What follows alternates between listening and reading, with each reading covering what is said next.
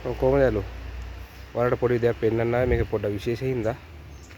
මේ බලන්නකො මොකද්ද කියලා. ඉතින් මම මේ පැත්ත හරවලා පෙන්නන්නම්.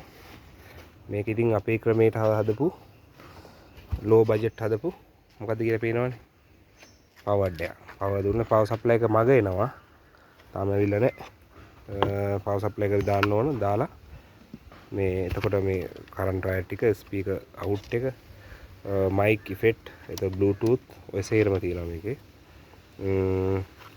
ඊට පස්සේ පවර් සප්ලයි එක දැම්මා ස්ක්‍රූ එක දැම්මා. ඒක තමයි කරන්න තියෙන්නේ. මග එනවා. ඉතින් මට මේක ඔන් කරලා වීඩියෝ එකක් ගන්න පුළුවන් වෙයිද දන්නේ නැහැ. මේක අලුත් දෙයක් සහ කාට හරි කරනවා නම් මෙන්න පොඩි අයිඩියා එකක්. ඉතින් ලොකු වියදම් කරලා පාටි බොක්ස් ගන්නවට වැඩිය මේකේ පොඩි වෙනසක් තියෙනවානේ. නොකයි සිද්ධිය. හරි. ඉතින් මෙයා මේක ස්ටීරියෝ ක්ලාස් D amp එකක් දාලා තියෙන්නේ. ඇතුලේ දාලා තියෙන්නේ.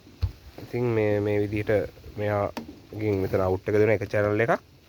අනිත් channel එක මෙතනින් ප්ලග් වෙනවා. ඔච්චර තමයි සිද්ධිය.